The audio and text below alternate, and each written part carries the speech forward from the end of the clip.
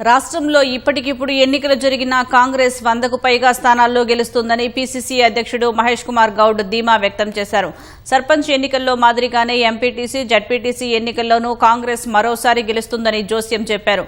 జీవన్ రెడ్డి బీఆర్ఎస్లోకి వెళ్లి తప్పు చేశారని పీసీసీ చీఫ్ మహేష్ కుమార్ గౌడ్ అన్నారు. ఇన్నాళ్లు బీఆర్ఎస్ అవినీతిని ఎత్తిచూపిన ఆయన మళ్లీ అదే పార్టీలో చేరటం శోచనీయమన్నారు. ములుగు జిల్లా కార్యవర్గ సమావేశానికి హాజరైన మహేష్ కుమార్ గౌడ్ నూతనంగా ఎన్నికైన కమిటీ సభ్యులకు నియామక పత్రాలు అందజేశారు.